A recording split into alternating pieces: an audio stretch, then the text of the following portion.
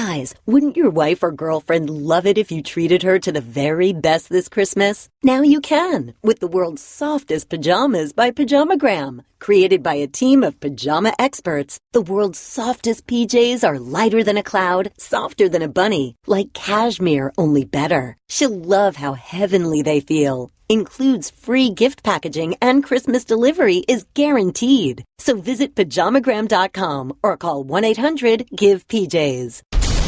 And now, Jalen and Jacoby on ESPN Radio. When I pop the trunk, head to death. Y'all pop the trunk, I pop the hood. Now act stupid, I'll pop the trunk. Now give me your boom. Here's Jalen Rose with the bat today. What up, dog? I'm David Jacoby. And on the code check-in. And we are Jalen and Jacoby on ESPN Radio. What do we do? We get the people what they want. I love it when we have big breaking news. Or broken news. The New York Knicks have reached out to the Cleveland Cavaliers and said, how about we give you Carmelo Anthony and you give us Kevin Love? ESPN.com is reporting that the Cavaliers said, no, thank you. Why would they do that, Mr. Rose? Not a good move. The one thing that has happened to Carmelo playing in New York City, when you leave Denver playing on a better basketball team and you go to New York, people see that you're clearly chasing the market. And because of that, you join Amari Stoudemire. People think that's going to be a super team that ultimately leads them to perennial playoff appearances and possibly something really successful beyond that. That hasn't taken place. Since the trade from Denver, the Nuggets actually have a better record than the Knicks. Yep. But he's still a really productive player. And playing on that stage, when the city hasn't won a championship since 1973, you bring in Phil Jackson, now all of a sudden people expect you to take that next step. You have a no-trade clause, you signed 2 maximum deals. We see you hanging out with LeBron. We know you're friends with Wade. We know you're friends with CP3. They're all on contending teams, except Wade this year. And it's like, when you going to do with us like your boys is doing with everybody else? You're David Griffin. First of all, you're shocked that Phil Jackson is actually working when you see his number pop up on your phone. You're like, what? Very Phil? nice. Phil's working? What's he doing? Huh? And then you take the call. It's like, okay, I'll get back to you, Phil. What does he do then? Call LeBron immediately, right? True, but the series of events don't happen that way. They start with the Phil and Melo conversation. Because everybody can sugarcoat this all It was they a want. 5-minute conversation. Melo's dictating where he gets traded to. Sure. And I said on this program for at least 12 months that his 2 destinations are, in his mind, the Clippers or the Cavs. So now we have a deal on the table. Like, Now- just tell me for X's and O's, why would the Cavs say no? They don't want to give LeBron too much power. So you think LeBron And- wants Melo on the team? I think not only does he want him on the team, I said this yesterday, he's talking in the media about them needing another playmaker because he knows what I know. That's why I said it. And he was trying to say to the organization, I know this is happening in isolation and off wax, but I'm putting this on wax. So now it probably forces their hand to either do it or don't. I'm doing it. I'm doing it if I'm then. I'm doing it, not even thinking twice about it. If I know LeBron will approve this move, I do it immediately. Here's, from a basketball sense, what the Cavs would justify in their minds for not doing it. Love is more a traditional 4 that's going to get you double-figure rebounds, and he's going to be content multiple possessions, spotting up behind the three-point line, and then ready to catch and shoot. Sure. That's what he does. And also, against certain matchups, he's able to post. Like 4 or 5 times a game. But Carmelo Anthony, when you look at the numbers, is actually just as proficient at shooting the 3 from Love. But here's the difference. Melo does his off the dribble. This is why LeBron says he wants another playmaker. Carmelo Anthony. So if you're watching your team play, you don't mind seeing Kyrie going one-on-one, scoring 49, and he may only have 4 assists. Because I got LeBron. And LeBron's still going to have a triple-double. And LeBron looking at you like, I ain't trying to play 43 minutes. Exactly. I ain't trying to be the only playmaker. And how about this? I need somebody else on the team that's actually hungry to get buckets the 82 games in the regular season so I could chill. That's the thing for me. It's the minutes the pressure that this would take off LeBron, just the number of minutes that he would play in a game would drastically go down when you mix the different lineups. When you put Carmelo and LeBron, you start tandeming those two, you've got basically an interchangeable parts. So Kevin Love has had an all-star level season this year, to me, which should be rewarded in February.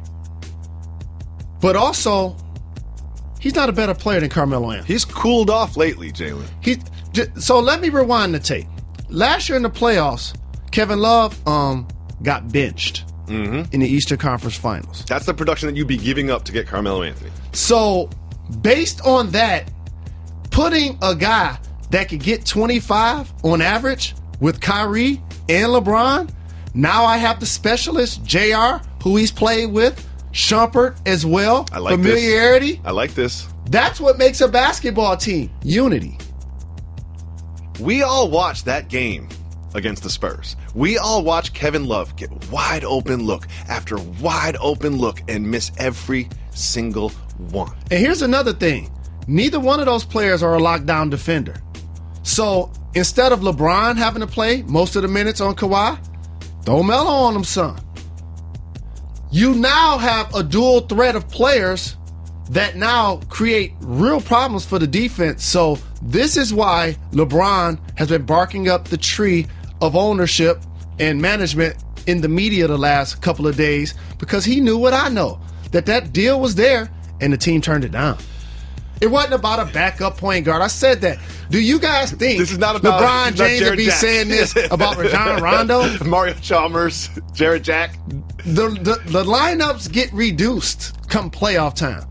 Okay? So whoever that backup point guard is allegedly going to be. 8 minutes. And it probably is some good ones out there. Hey, if you could get Darren Williams and add him to your squad, you should do it. Sure. 10 minutes. But if you're the Cavs, you got a chance to add Carmelo Anthony, you should do it. I would do it too. And you said something really interesting, which I want to go back to. You said they don't want to give LeBron too much power. That seems childish. It seems immature. It seems short-sighted in my view. So justify that from the front office perspective. There's no true justification because LeBron's scenario is unique. He initially left the Cavs because he didn't feel like they had what it takes to build a championship contender around him. And we know what happened with the letter that Dan Gilbert wrote. He goes to Miami, he wins 2 championships, gives the Mafia the stiff arm, goes back to Cleveland, a made man. And then the king gets crowned and wins a championship? Oh my God, my feet up on the table. Here's a question. You are Griffin and Gilbert, and you have this fork in the road, okay? You decide, I'm going to keep it like it is. I'm going to keep Kevin Love. I'm going to go against LeBron James' wishes. That's that fork that they're going down.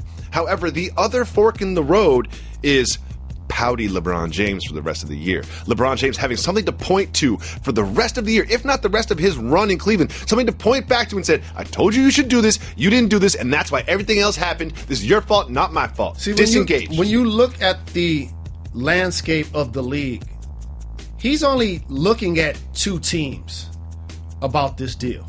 Who's going to guard KD in certain lineups when they have Clay and Draymond out there, and who's going to guard Kawhi? You see Kawhi against the Cavs? No one can guard Kawhi. He played pretty good basketball that night, right? Sure, he looked good. So now if you have LeBron and Melo to attack him in those 6 fouls and to make him work, you hope he doesn't get his career high on the other end of the court. So please tell me this is true. Please tell me this part is true. The Cavs aren't denying the deal. They are just extending negotiations for an eventual deal to bring Carmelo to the Cavs. They should do the deal. However, they're trying to play it at this point. For the Cavs, the last 2 times they lost in the finals, the MVP was a swing player. Kawhi Leonard, Andre Iguodala. Last year, it was LeBron. That's a position 3-4 that could be more compatible, especially when you see the Golden State Warriors adding more firepower. Finally, Jalen Rose Will Carmelo Anthony be traded to the Cleveland Cavaliers? I think since it's on wax with LeBron publicly against management and ownership, and we, the media, now know about it, it doesn't get done. That's so disappointing. I'm sad now. And we putting it on wax. Jalen Rose, I did not play in the NBA. And sometimes my own ignorance gets revealed. I'm ignorant enough to think that LeBron James is finding out about this potential deal at the same time that I'm finding out about this potential deal. This is why, as a player that's not only been in the league, played on multiple teams, have multiple relationships with players and coaches and assistant coaches and trainers and media relations people, local people that do follow the team consistently, I laugh out loud a lot of times when I see something that's considered breaking news. Because LeBron is upset, and he's pointing at management. And now we know that he's upset and pointing at management because he knows that this deal is on the table. This is why only on this program in multimedia do we have a slogan called Broken News.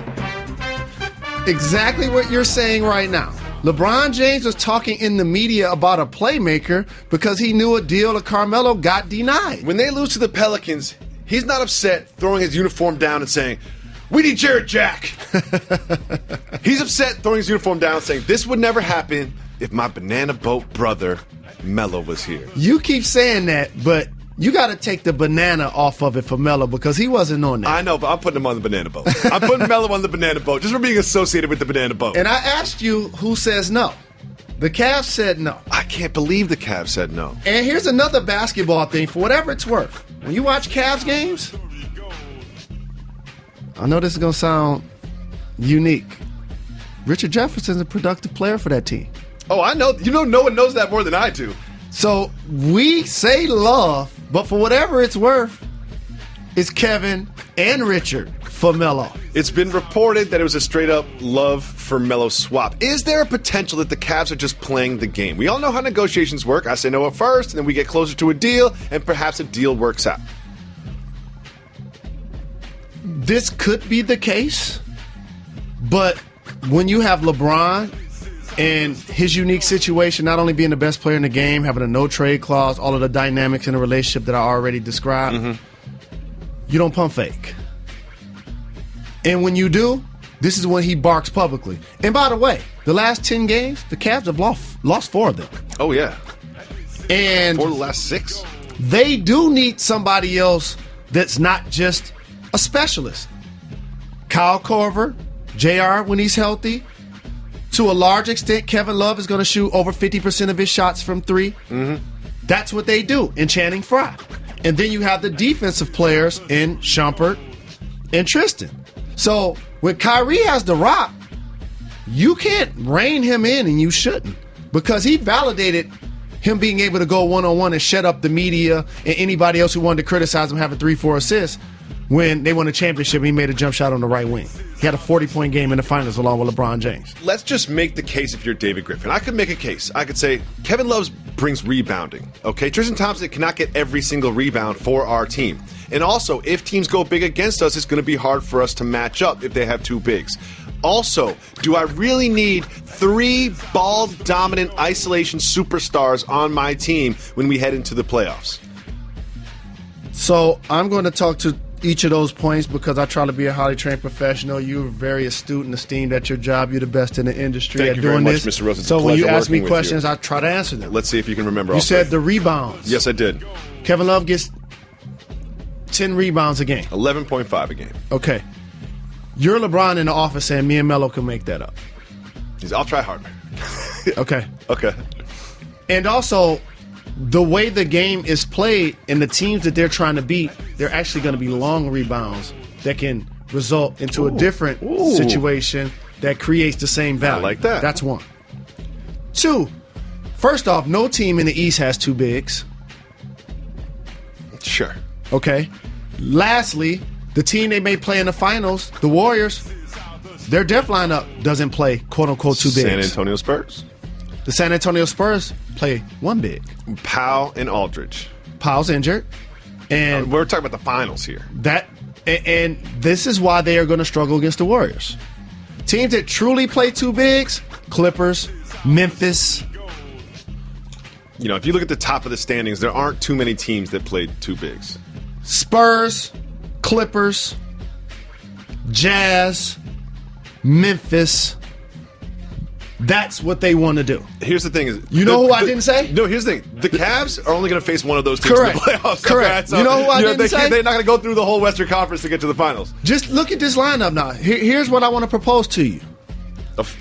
Well, it gets to my third point about three ball-dominant isolation players. Who's the final five? If you're the Cavs and you make the trade, who are the five players on the floor in Game 7 with 3 minutes left? This is all this is about. Thank you, sir.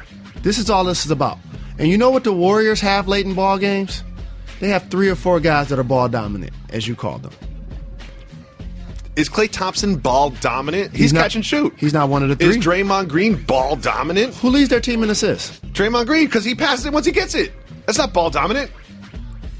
They have 3 guys who play make for the other guys that are out there. Sometimes 4. Different type of playmaking than what LeBron, Kyrie, and Carmelo do. Because they're not necessarily. These guys you're talking about on the Cavs, however, are prolific scorers. Like we marvel at the greatness of LeBron James because he's an unselfish, do-it-all type of player. Mm-hmm. When you get a chance, look at the all-time NBA scoring list. He's not only on there for assists. He scores the ball, too. Yeah, well, especially when you're talking about the last 3 minutes of the finals, he's putting his head down and going towards the basket. There's been one team in the NBA finals that has 2 guys score 40 points in the same game. They're in Cleveland. Kyrie, LeBron, and now you add Melo. To close the game, JR, Tristan, if they're going to play Pachulia for whatever reason. For the Cavs to play smaller, now you can play Bron against Draymond and or Melo against KD, and you can match up with J.R. Shumpert and or Kyrie. You could play small down. You could also play with Richard Jefferson late. Korver late.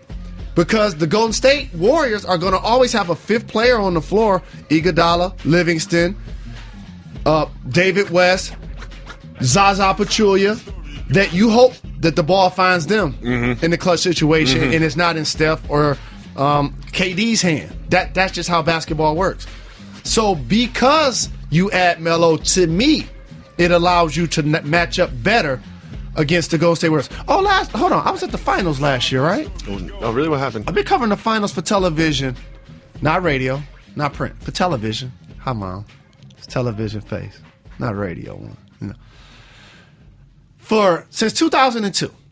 And you remember what happened at the beginning of the finals last year? Where was Kevin Love when the starting lineup was announced? He was waving a towel. Okay. He wasn't even starting. You do the deal if you're the Cavs. You have to do the deal if you're the Cavs. Yep. They put a microphone in front of Carmelo. They asked him about this. They asked, is LeBron, is he talking about you? Here is what Mr. Anthony had to say. Quote, "You asked me a question, do I think he would want me to play with him? Yes. Do I think he would want me to play with him? I do think he would want me to play with him. I don't think he wouldn't." Confusing. "But I don't know if that comment is about me. I don't think I'm the only playmaker in the NBA." You lying. Why you always lying? So let's assume that not only are Phil Jackson and David Griffin talking about this, but also LeBron James and Carmelo Anthony Hit the brakes. are talking about this. Before you finish your question. LeBron James and Carmelo are talking about it 95% more than the first 2 guys you mentioned. Please continue. That's what I'm getting towards. So when he says, "I don't know if that comment is about me,"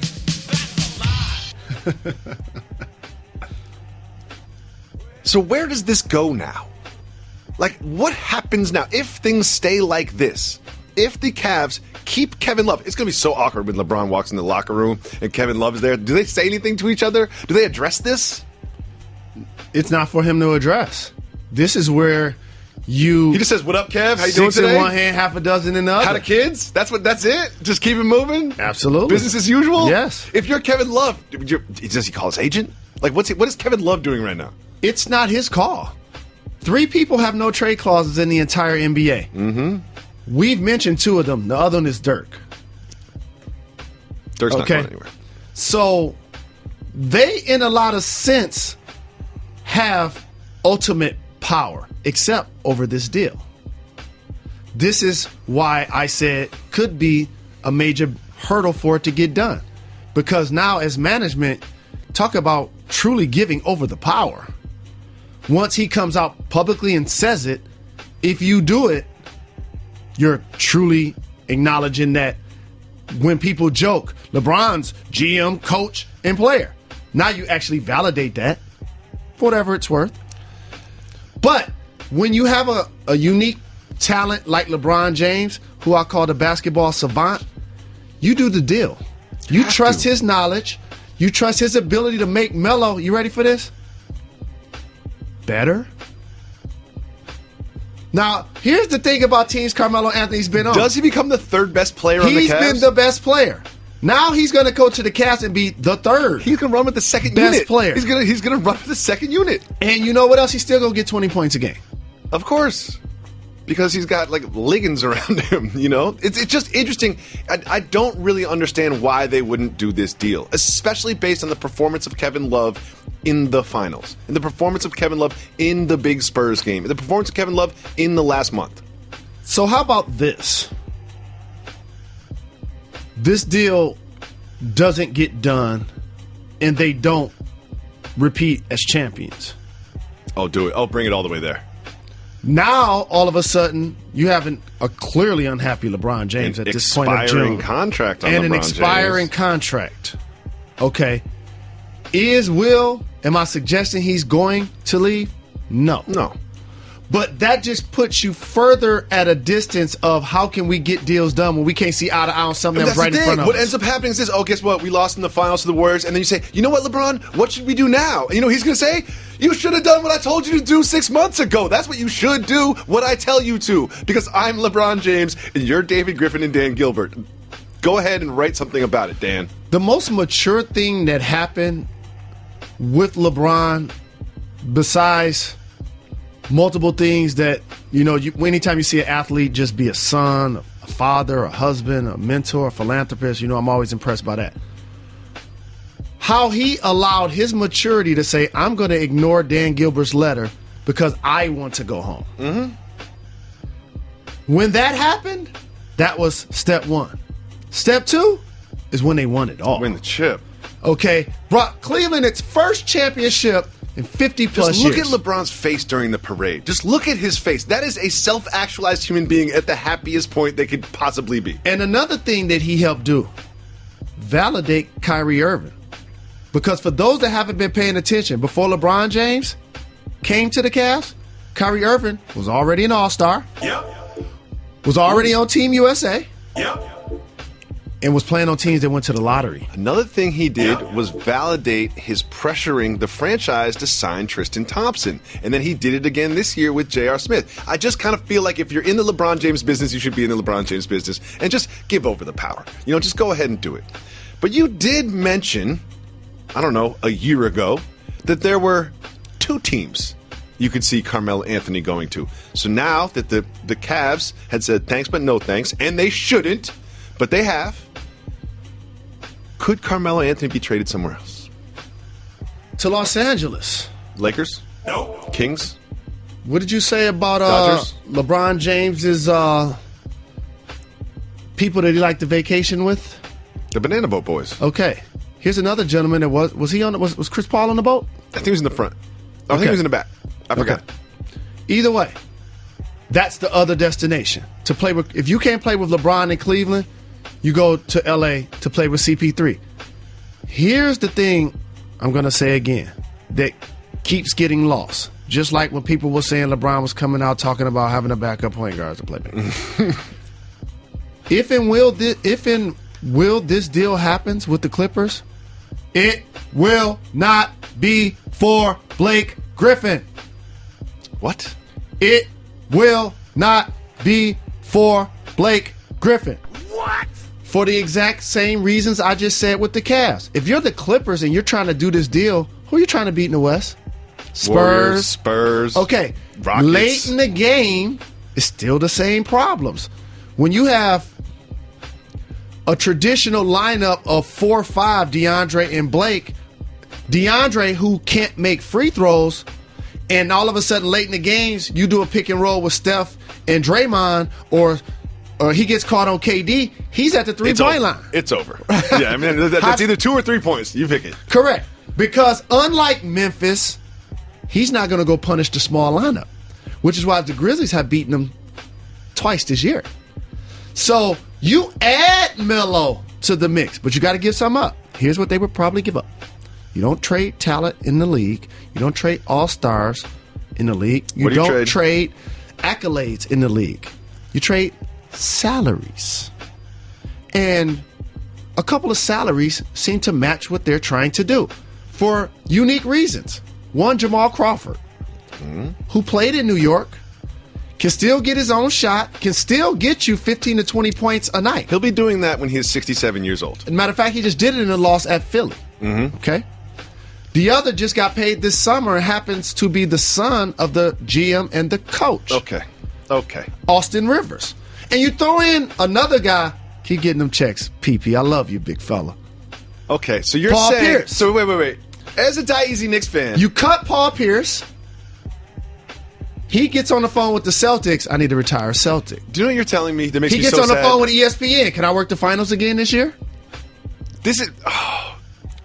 you know what? I can't believe we're living in a world where... Can I come over there and do the jump? Anthony could be on the Clippers and Paul Pierce could be on this podcast. I can't believe we live in that world. Here's the thing. As a Die Easy Knicks fan, I do not think that Crawford, Pierce, and Rivers can do on the floor what Carmelo Anthony can do on the floor for my team. No. But you know what? I would do anything to get rid of that Carmelo contract. And no trade clause. Accuracy is very important to us in this podcast. It is. Dwayne Wade, then Chris Paul, then LeBron James on the banana boat. LeBron James distancing himself drastically from Chris Paul for whatever it's worth. One thing that we've discussed a lot is the Star Wars franchise.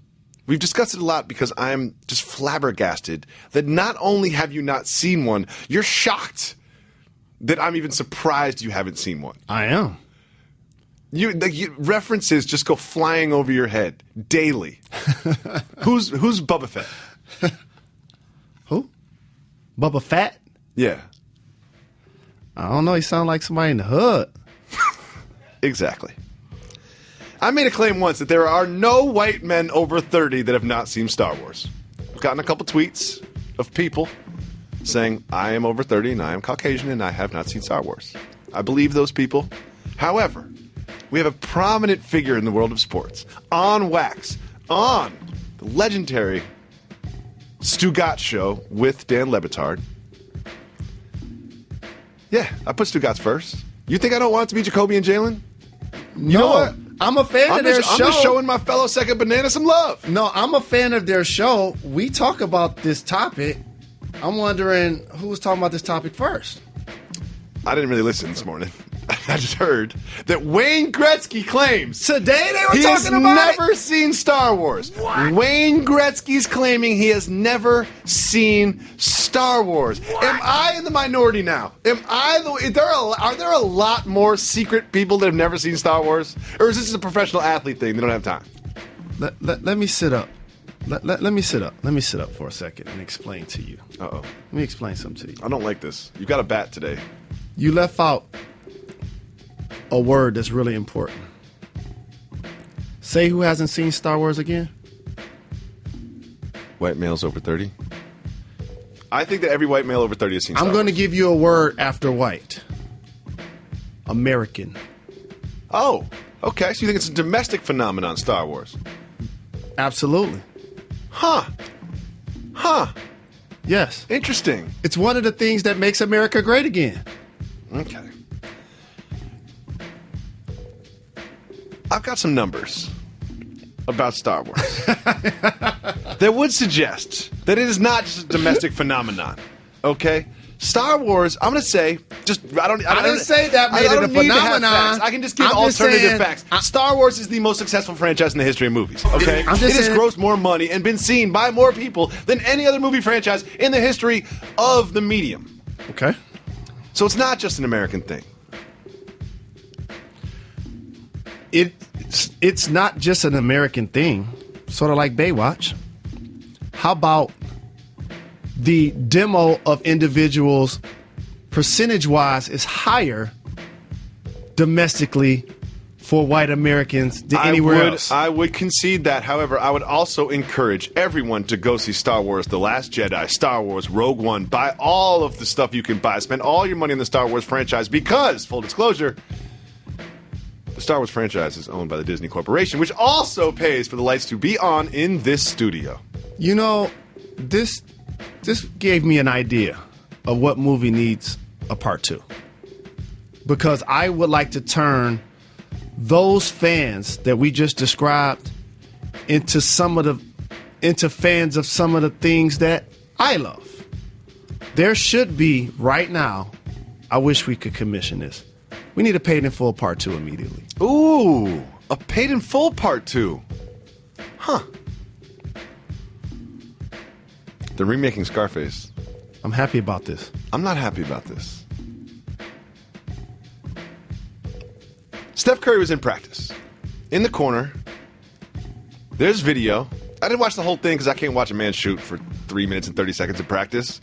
But the title of the video said that he made 47 of 50 three-pointers. It's one of those I need to ask Jalen about this moments. Because I've watched a lot of like NBA players warm up, and even like Boban will hit 4 straight threes, right? Is this as impressive as I think it is to go 47 for 50 during practice? Absolutely. It's excellence. It's immaculate. The one thing about successful people is the repetition and the muscle memory. I'll give you a play that comes to mind. The greatest individual shot I've seen in person in finals history.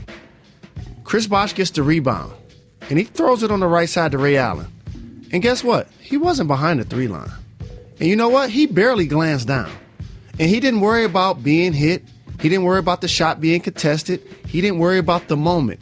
He jumped straight up, straight down, like he was in a phone booth. And he knocked that shot down like it was nothing. One thing about that I think is overlooked nowadays, because I'm a Die Easy Knicks fan, and everybody remembers Pat Ewing's layup. Tim Duncan missed a little tiny chippy. He missed a little tiny chippy gimme thing. And everyone loves Tim Duncan and all of his championships and this, and that. But dude had a layup for a ring. Kawhi missed a free throw. I think Manu Ginobili as well. They missed kind of fell apart. The Spurs kind of fell apart. As great as that shot was, as great as the rebound was, kind of fell apart. And the reason why I bring up Ray Allen, because that's the type of thing that I see when I watch Steph Curry or Reggie Miller or Larry Bird, Klay Thompson, players that when you see them shoot the basketball, you expect for it to go in. It's hard to get 47 out of 50 math problems right if you know all of them. 40 out of 7, anything. For concentration. Anything. Just try to do something 50 straight times. I can't. And you're going to be able to repeat it 47. It's virtually, it can be impossible. So, yes, I'm truly impressed by this. Okay. Here's what Jerry Jones had to say about Tony Romo. And He's been talking about it all year. He said, I'm not going to get into all of that. Oh. We're at a juncture now that we need to just cool it with our public conversations about what we're going to be doing or not doing there with Tony. Why is the owner, who's always talking, who has his own radio show, who's the one who propels all of these rumors to begin with, now being like, I'm not going to say anything? You know how it is when Debo comes around, you stop talking? But when he leaves, you talking again. Mm-hmm. Same thing. He'll be talking again. Who sings Cool It Now? New Edition. Did you see New Edition premiered last night on Black Entertainment Television? I did not see it. I DVR'd it. I'm excited about it. And I'm excited about Black Entertainment Television's follow-up, The True Story of the New Kids on the Block. Ronnie, Bobby, Ricky, and Mike. And a lot of people get on them for following in the footsteps of New Edition. Mm-hmm. Because a lot of people don't know they actually had the same manager. Same management, same everything. Which was smart, which was genius. And as you get older, you start to realize things aren't as original as you think. If so, if you're a hip-hop fan or an R&B fan, sometimes listen to R&B classics. You'll hear every old beat, every old hook, every old idea. Or if you're in NSYNC or 98 Degrees or a Backstreet Boys fan, like, we've seen this before. And so when New Edition came out, while I was a huge fan, clearly, there were people older than me. Like my brothers was like, they're a Jackson 5 knockoff. They are. That showed me that Mr. Telephone Man is the same record as ABC. Same beat and everything. That just kind of blew my mind. Every once in a while, you say something that just absolutely blows my mind. I'm about to go listen to the Jackson 5 ABC right after my favorite New Edition song, Mr. Telephone Man. Some big news about LeBron James and a potential trade that would move Kevin Love to New York and Carmelo Anthony to Cleveland. I know Lala's upset about that. You know, Lala's the only person like, no, don't do the deal. But that can't be all we talk about today on Jalen and Jacoby on ESPN Radio. We'll get back to it. But right now, we have a new segment. It's called... Oh, we got a problem here? Do that again. That makes me enthusiastic. We got a problem here? Jalen, please just give a very brief history of... Oh, we got a problem here? Over my left shoulder, Boys in the Hood. The last movie that I've watched in a theater... Without falling asleep? And cried. When Trey got shot. Those were my years of being a collegiate athlete coming home for the summer, now playing in the pros and seeing how that dynamic played out on screen. And clearly my favorite character in that movie, who just so happens to be a really good friend of mine, Ice Cube, O'Shea Jackson.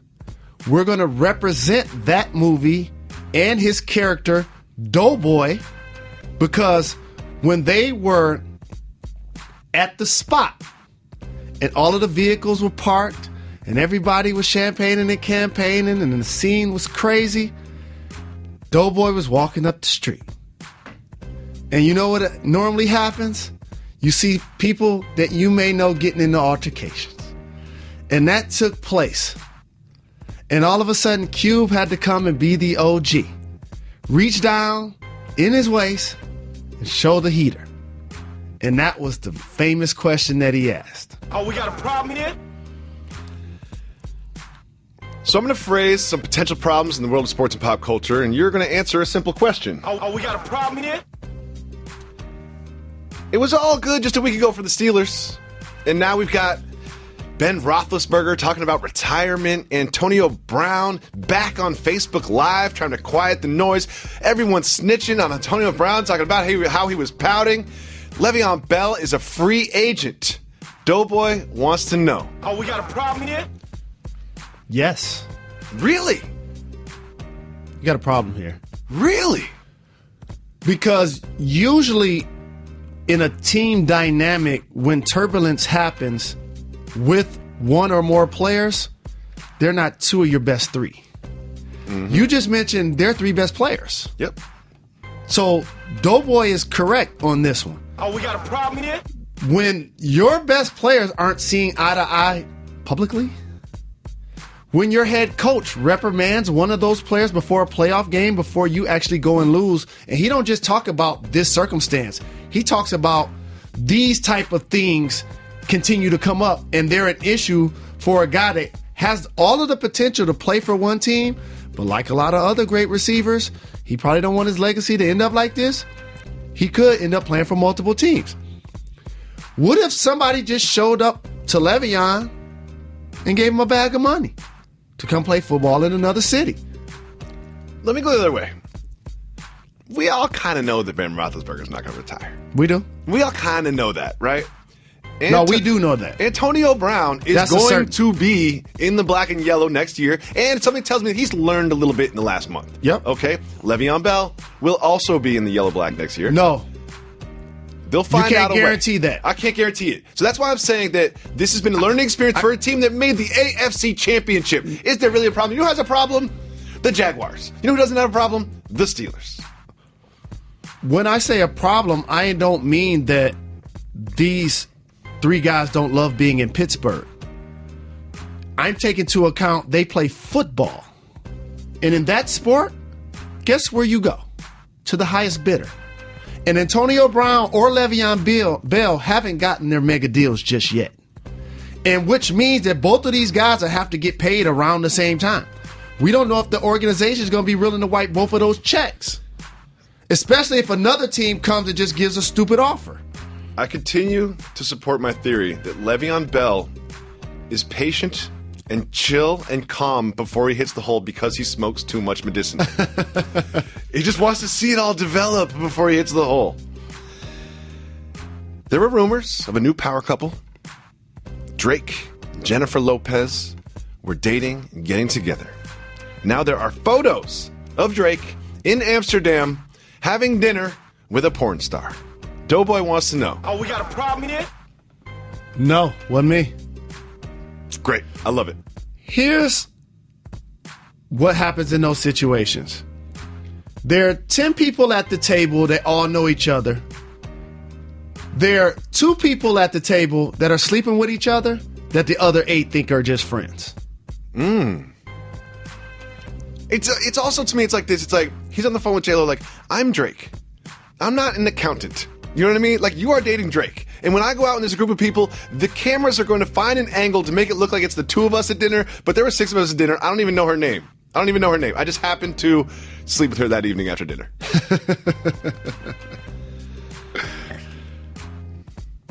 The Celtics have sold a jersey patch to General Electric. NBA uniforms will eventually end up covered in brand logos. Doughboy wants to know. Oh, we got a problem here? Not a problem. If it doesn't make dollars, it won't make sense. It's going to infuse money into the game.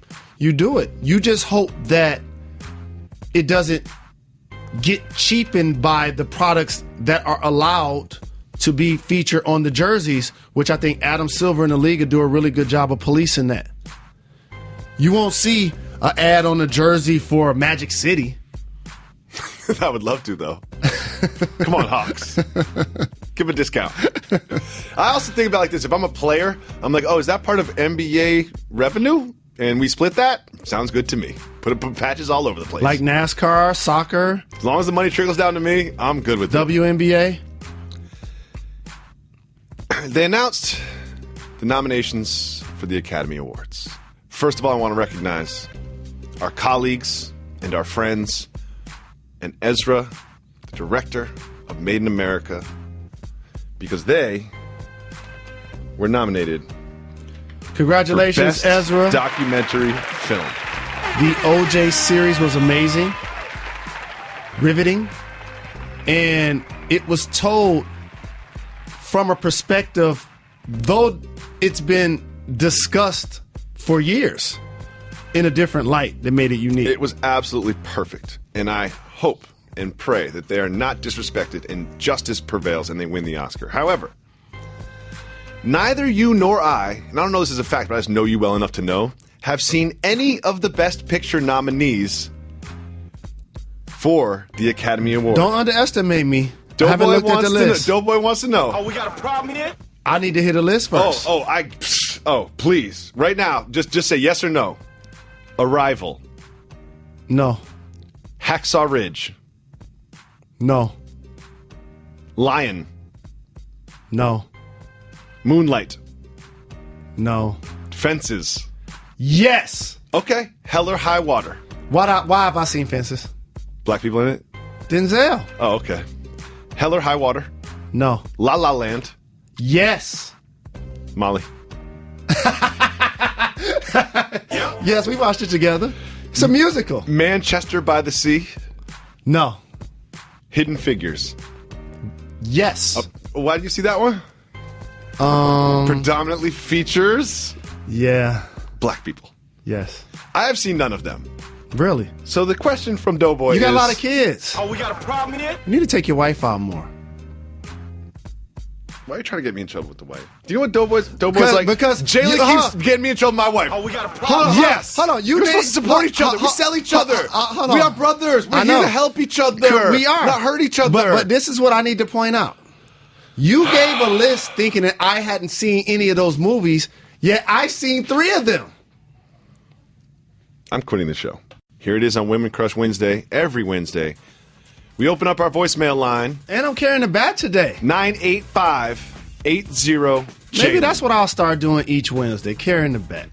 I don't think that's a good look for Women Crush Wednesday, to be honest with you. Okay. Let's listen to our first female caller. Hi, this is Karen calling from my vacation in Cancun, Mexico.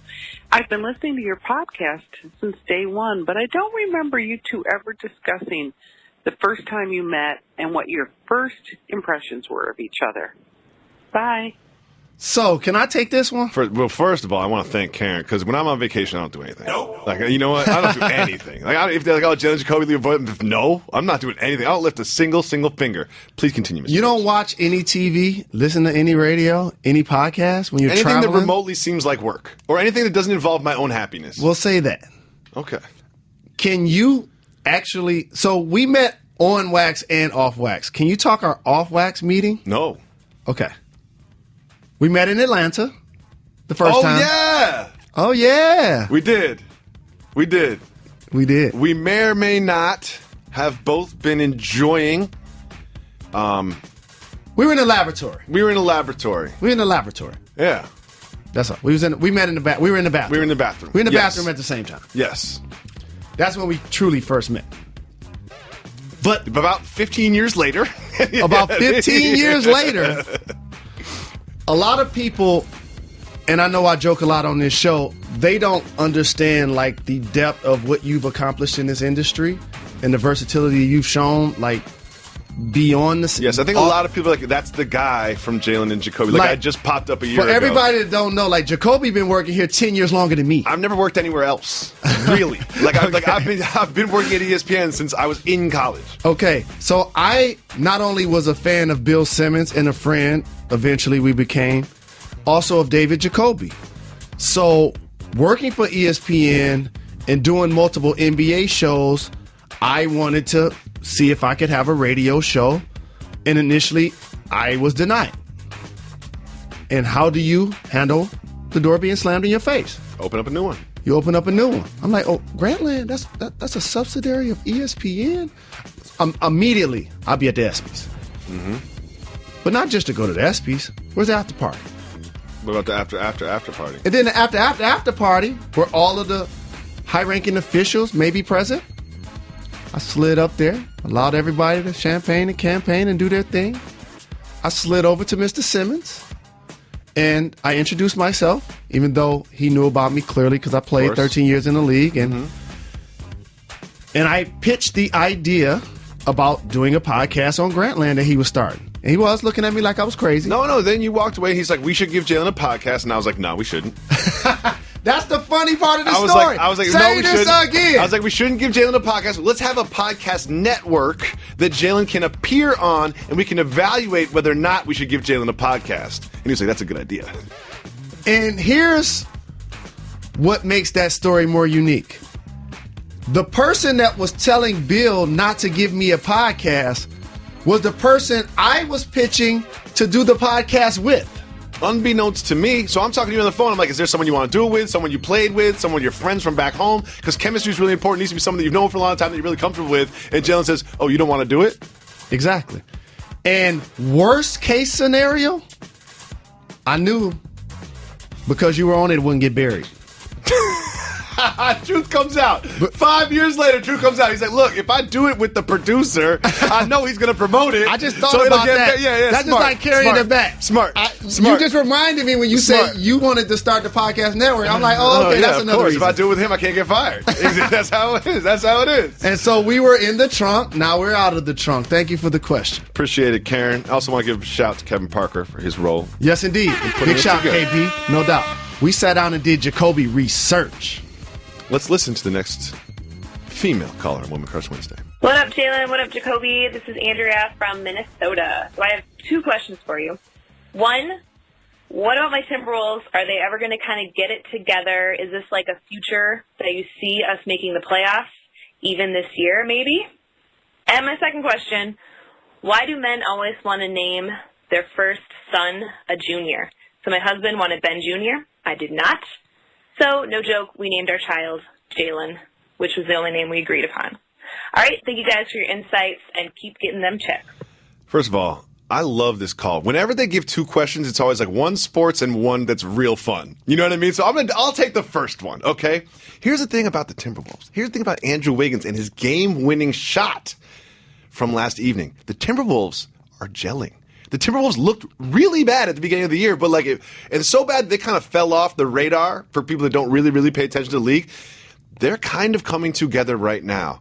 And I'm not going to say they are going to make the playoffs, but I'm going to say they will be close. They will be in the competition. They'll play meaningful games at the end of the season.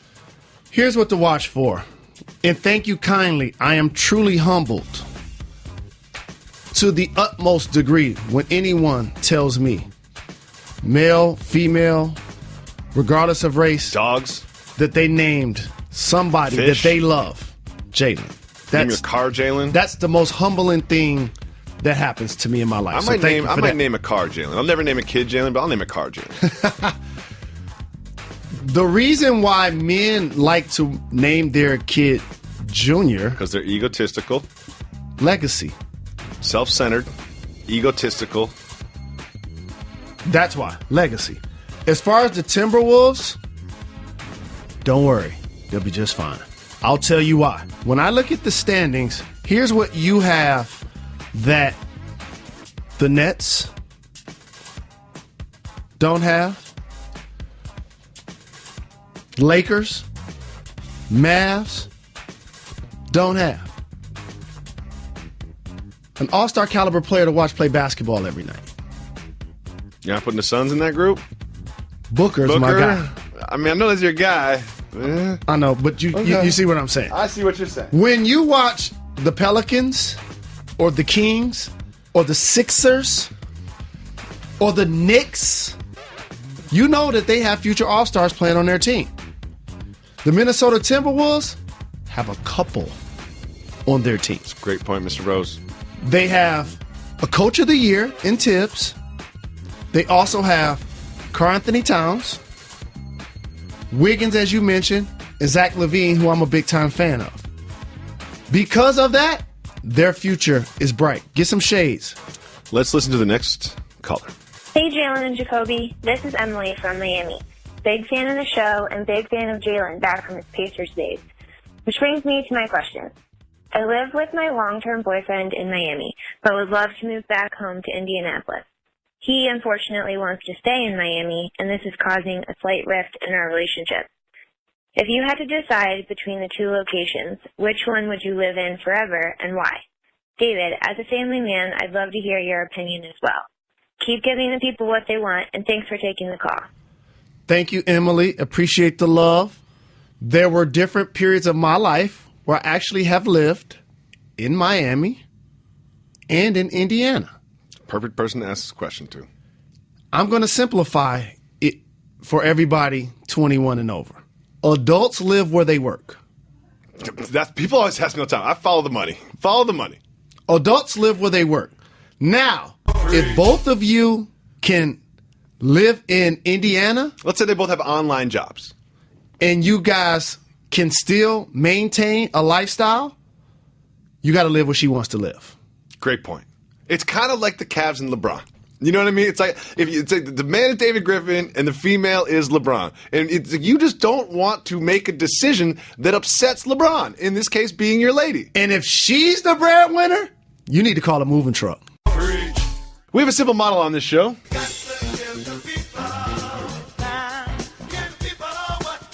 Part of giving the people what they want is opening up our 1-800-Flowers Twitter feed and taking questions from our audience. The first question that we have is from John Dre 3000. John Dre 3000 has a great question I don't even know the answer to. What's your favorite candle scent? I'm going to go with vanilla. I like a vanilla scent. I don't burn a lot of candles. I know in the car, The trees that I like are the black ones. They're the best. So many jokes I cannot deliver on a family program. Since it's Woman Crush Wednesday, we're going to go with a female question from Twitter. This is from Skins Wiz Caps Nats. I wonder where she's from. As a DC woman, I love my hometown teams. What pieces do the Wizards need to put around John Wonderful to take them to the next level?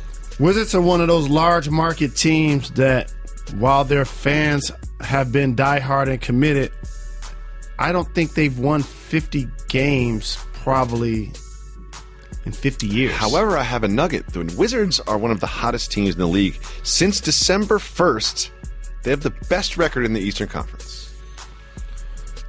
I think the teams you see have consistent success, playoffs, knocking on the door of contending, are the ones that have two All-Stars. They have one, John Wall. Who's going to be next? You hope that it'd be Bradley Beal, based on the contract you've given him and the potential that he's shown. If and when he starts to play at that level, they'll be a perennial playoff team. I showed you an interaction before this program of John Wall being really excited, screaming, celebrating, Bradley Beal staring at him like he owes him money. There had been rumors that there was like fractures. Gilbert Arenas or Javaris Crittenton. No, not like that. I know we're talking about the Wizards, but not like that. But there were rumors about this relationship being somewhat fractured early on in the season, and I give people the benefit of the doubt. It's just, maybe a report based on one or two instances. Could that be real? It's real when everybody shows up wearing black if he didn't do it. I still contend that showing up wearing black was corny. I I know you don't. won't say it. I think it's so corny. I won't say it because I have done it. But you were alone. You were doing it yourself. It was a personal protest. When you get sort a of chance, against the franchise. When you get a chance, check out a casket. There's only one person in it. That was deep. Michael Canty wants to know, or pretty much just demands, please, please, please tell me you're not going to cover the Super Bowl every day. No. If so, make it entertaining. We're not going to cover the Super Bowl every day because I've worked in sports media for basically ever. And we all know that these 2 weeks, there's just not that much to discuss. Here's some dates I have for you. Well, I'm married, okay? Very nice. February 5th. I don't really eat dates. Until September. You know how many meaningful football games are going to be played during that period? Yes, I do. How many? 0. Yet, to this caller's point, they're going to be forced football topics. But on this program, we give the people what they want, and they want current events. So that's what we try to deliver. Another thing is, as a staff, we pick what we want to talk about. We don't necessarily let whatever's leading ESPN.com decide for us what there is to talk about. Because there's a lot of quote-unquote big stories in sports that just aren't that interesting. Or things that are breaking news that we've already broken. Discussed. Next question, and it is a brilliant question. It comes from Gavin Owens, but his handle is Guwop. Big shout to Gucci Mane. Great song with 2 Chainz out right now. Full bracelets. Great song with 2 Chainz out right now. Full bracelets. 2 Chainz. Full bracelets. How many bracelets? Full bracelets. Guwop wants to know. I told him I was going to come to a show. I saw him in the D. Really? He was out there? Where'd you see him? Downtown. At an undisclosed location. I love you. Guwop wants to know, do you think Kobe really jumped over that car? No. Nope. Here's why. Do I think Kobe could jump over a car? Maybe. But if you are being paid, I don't know, $30 million to play basketball plus endorsements, you do not risk it for a commercial. Especially in 2000, whatever it was, 14, when you can just easily mock that up in post. My producers are telling me that it's basically impossible to jump over a car. I don't know if I believe that. There's some low cars out there, like a little Lamborghini. I'll try it right after this show. I'm gonna try it. I gotta stop you. Someone production, film it. Get a Lamborghini. I'm gonna try it right after this show. Hit the brakes. I gotta stop you. Just like when he was talking about the wearing all black, because I had done that, like I said. You Pants, jumped over a car? Shoes, underwear, You jumped over a earrings, car? everything. No, but I've seen somebody do it. At BC Camp in Rensselaer, Indiana. Why you always lying? It was not a moving car. His name is Sean Kemp. Oh, jump over a car to dunk? Yes. Yeah, I mean, that's not the question, man. You jumped over a car that is moving towards you, speeding towards you. Oh, that's unrealistic. I think there's some cars that are low enough. Because it's unrealistic for us because neither of us can jump. And you're a professional basketball player, still can't jump. Yeah, can't jump. Want to jump? Can't jump. Can you dunk right now? You asked me this 2 months ago. I ask you every 2 months. What happened in the gym when you asked me this question? You dunked. Okay. Okay. I don't really remember that. Doesn't mean it didn't happen. Just I don't remember it. I'm just trying to back you up. I know. What have you done for me lately? Can you dunk? I could. What would it take? Trampoline? No, it's just a small footstool, like an apple box. If you gave me a little apple box, I could get up there. The last time I dunked, I was playing outside, so it wasn't really 10 feet, and I was with the Podfather. Me and the Podfather, once upon a time, had a very long and fruitful basketball relationship. See, here's the one thing about now your we game. just play Golden Tee. You have an old man game. You're a young soul. Thank you. But the key that might impede your ability to dunk, because you've gotten in great shape. Your teeth are white. Your hair's cut. Teeth You are look getting handsome. yellow again. Need to work on that. You're flat foot when you run. I'm very flat-footed when I run. And you wear super low tops. Yep, I don't need ankle support because I don't go very fast and I don't cut. People are always like, "You're playing in those?" It's like I've never injured my lower extremities because I don't go fast and I don't cut. I don't even try to do anything that I can't do. It's basically sitting down when I play basketball. And if you're scouting David Jacoby, two things. Don't tell him. No, you got to watch for. Moving on. The fake behind the back pass. Every time they call it the then Rondo the move. actual Been doing behind it the back before Rondo. pass. Yep. And the Kevin Love 2 dribbles jump hook. That's basically what I'm doing if I'm in the post. Next question we have. I love your sweater. Thank you for repping. Of course. Jalen Rose Leadership Academy is what I'm repping today on my sweatshirt. When you're from the Midwest, you call it a sweater. Joe G has this suggestion. You should call your show Rose and David. It sounds more sophisticated and formal. Here's where we're not. Sophisticated and formal. Great point, Jalen Rose. So we nailed it. So that's one of those things where you hope to give the people what they want, but sometimes the people don't know what's in the best interest of the individuals. We don't prepare. We don't work hard. Okay, there are a lot of things off wax we don't do. That if now we become sophisticated, now they expect us to be Tony Kornheiser and Mike Wilbon. You want me to wear a suit? Do you know how much those things cost? If they start telling me that I need to wear a suit, you're going to see me in the exact same suit every single day. That's all the time we have for today. Thank you so much for listening on ESPN Radio, for watching on ESPN2 and ESPN News, and subscribing to the Jalen and Jacoby podcast. You're far too kind.